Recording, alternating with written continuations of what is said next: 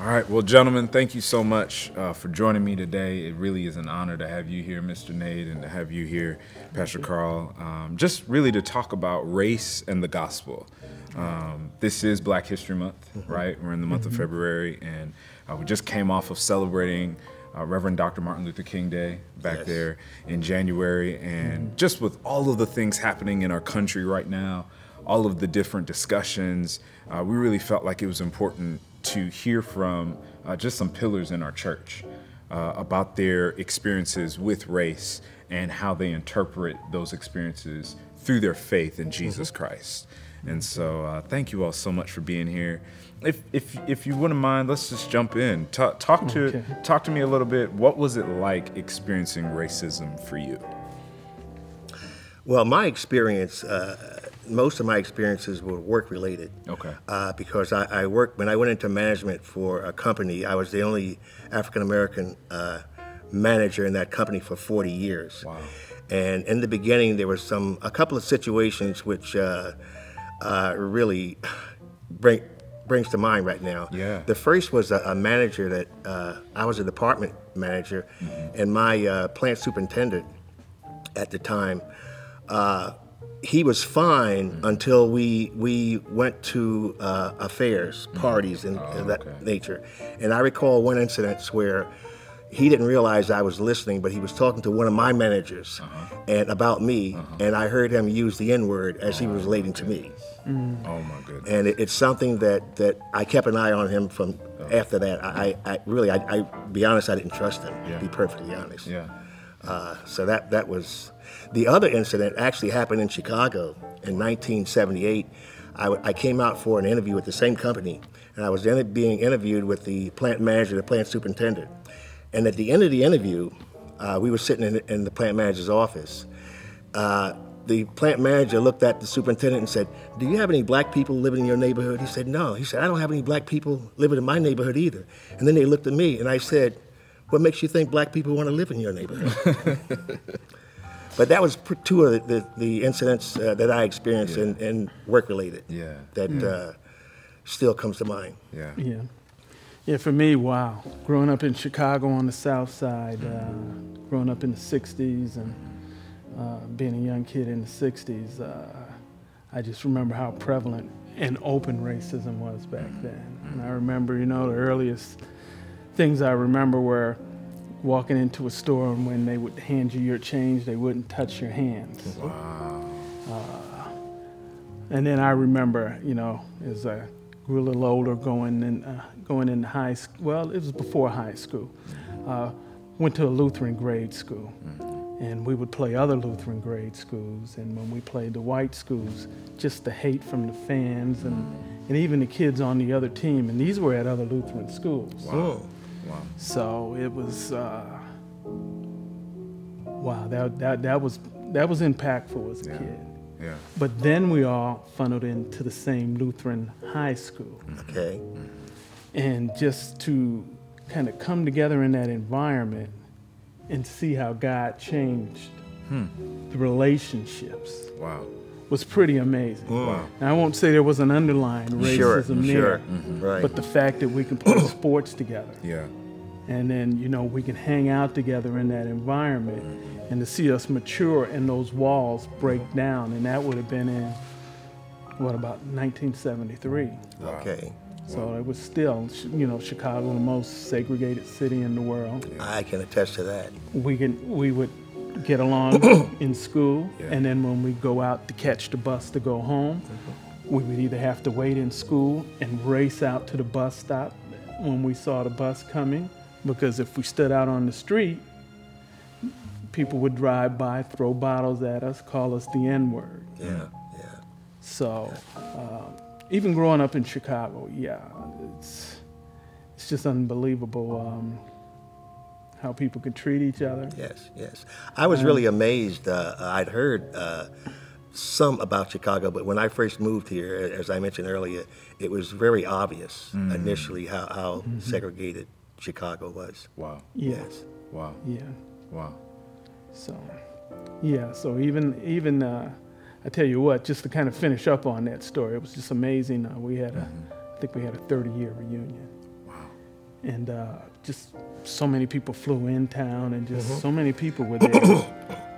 And like I said, we all went back to grade school. It was a high school reunion, but for many of us, it was a grade school reunion because of our interactions, and just to see the love there, and to see everyone, love the Lord, and to see how that, I would say they're perfect relationships. I don't know them that deep, but just to see the comfort level that we had at that point in life from where we started out, was just a testament to how God can move in people's hearts to break down those walls. Yes. It's interesting you bring that up. I want to ask you what your experiences have been with the gospel and with race, right?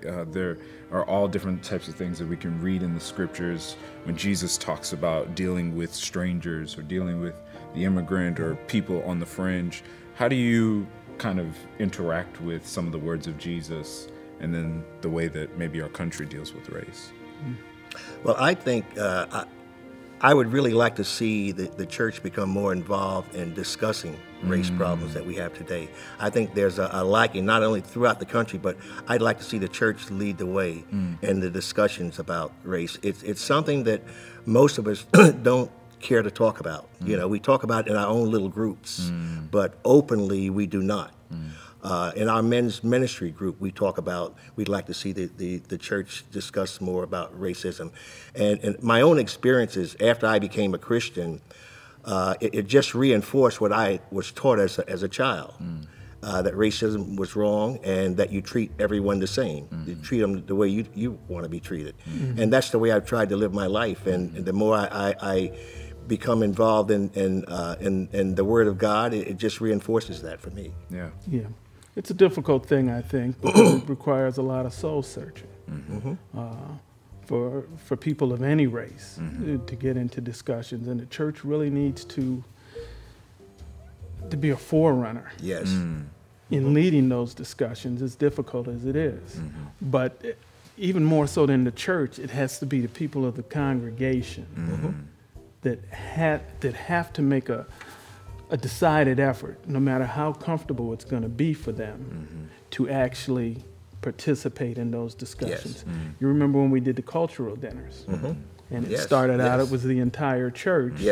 And then at some point, it was like we're just preaching to the crowd. It just ended up the different minorities coming out, getting together.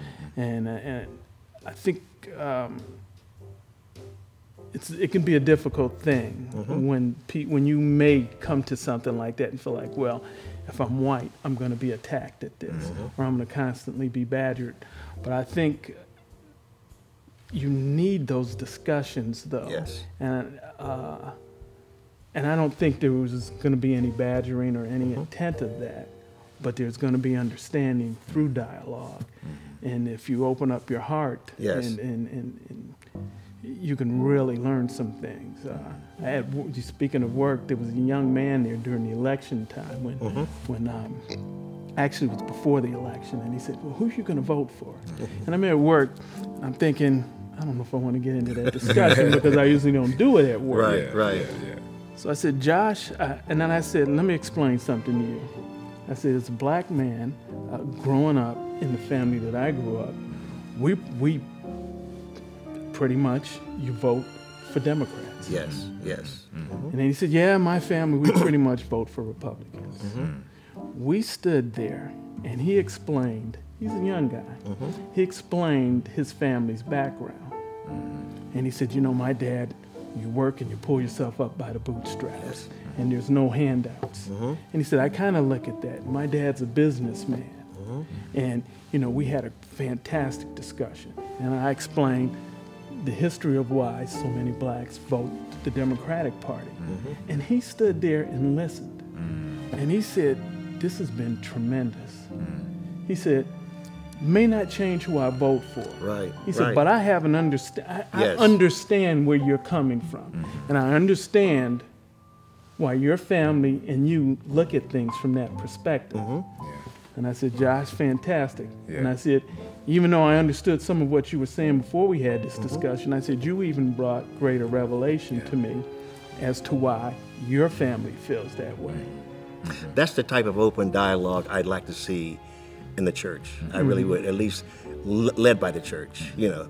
And I really feel like people would get more involved in the discussions, and it would lead to something like you just described. You know, as you guys are talking, it reminds me of something that Pastor Jeremiah always says, that we may not always see eye to eye, but we can make the decision to walk arm in arm. Yes. And really fighting for unity, right? Yeah. Is the role of our church, especially in such a controversial topic like race. Yes. Where people can, we've also heard Pastor Jeremiah say that people love to pick a side, but once you pick a side, you divide, right? Yes. You know? Yeah. And so as I'm listening to the two of you, I'm really filled with hope that the answer isn't to side with this side or side with that side, to vote this way or vote that way, but rather to come together and to engage in conversation. Yes. To have an open dialogue.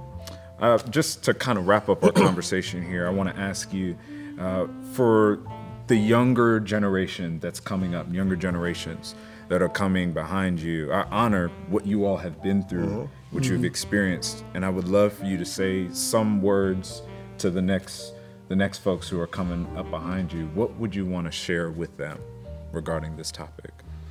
As a young Christian man, what the Word of God says is the standard for me. And it just, as I said before, it reinforced how I was raised. And if you follow the Word of God, you can't go wrong. I mean, it'll just reinforce the direction that you should go and you want to go. And it's been prosperous for me and my wife and my family and everything we've attempted to do. If you just follow the Word of God and that application in life, treating people the way that the Word of God says to be treated.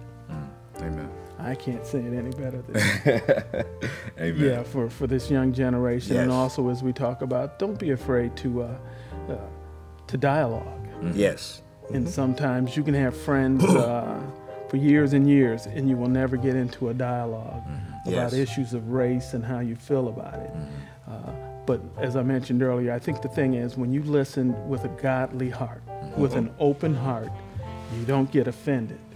And as you were saying, Tim, I can share something with you, and I may not change your perspective, but I may change your understanding Yes. Yeah. Yes. of Yes. why I do things, or the cultural reasons of why I do things.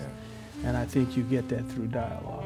And I was mentioning earlier, you know, being blessed to travel so much when I was younger Yeah. and see so many different cultures. And when you're learning about these other cultures, you get an understanding of why they do things. And Right. it's not funny, it's not weird, and it gives you a greater tolerance to deal with people of other cultures. Right. Yeah.